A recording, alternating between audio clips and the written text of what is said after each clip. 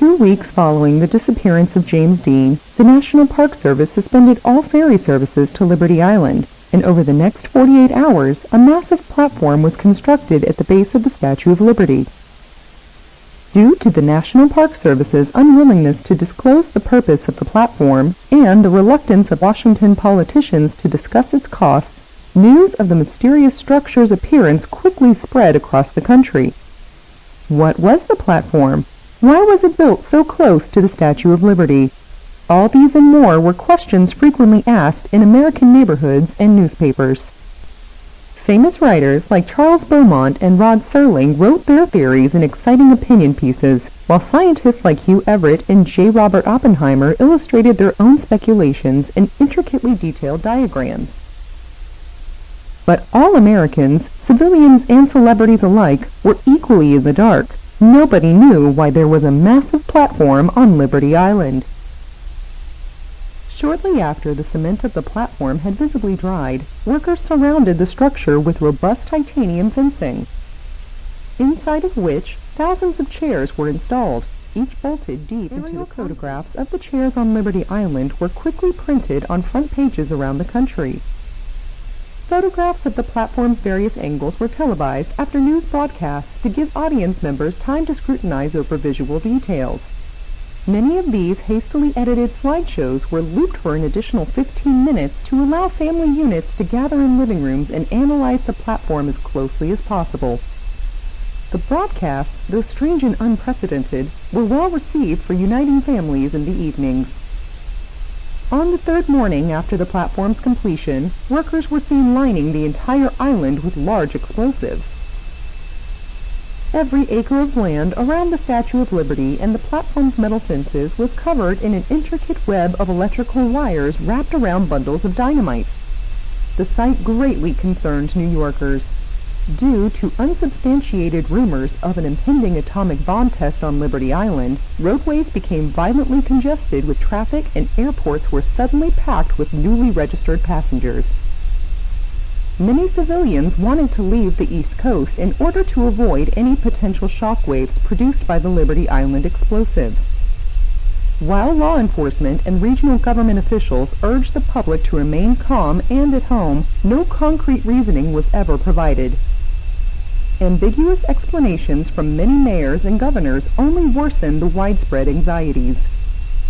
Numbers of missing children dramatically increased in the afternoon as groups of siblings refused to stay put with parents at home and decided instead to seek shelter out west. Cats, dogs, and other domestic animals ran freely through city streets, released by their owners in an attempt to spare their lives. Dog, cat, and snake attacks became common in all major cities. In New York City, Chicago, Los Angeles, and Miami, curfews were dispatched to collect loose pets. 1 in every 5 servicemen sustained injuries from agitated animals. Even the incumbent president was attacked by a dog which had passed through the White House fence. Rushed to the Walt Disney Hospital to treat injuries, the president remained indoors for the rest of the day. In the evening, she requested a full explanation be provided by a representative of the National Park Service on live television. There would be no response, and an hour later, at 6 p.m. Eastern Time, the explosives on Liberty Island detonated. The resulting shockwave caused the Statue of Liberty to visibly totter. Fires erupted on all trees in the area.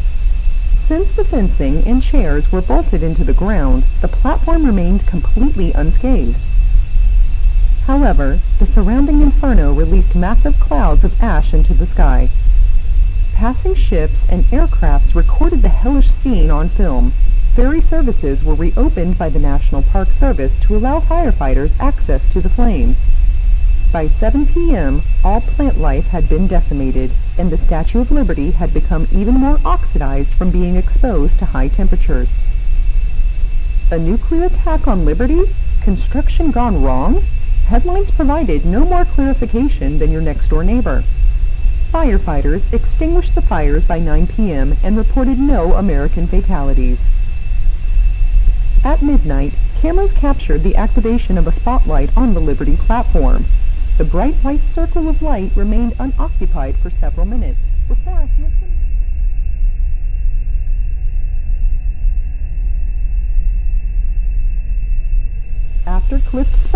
James Dean, alive and well,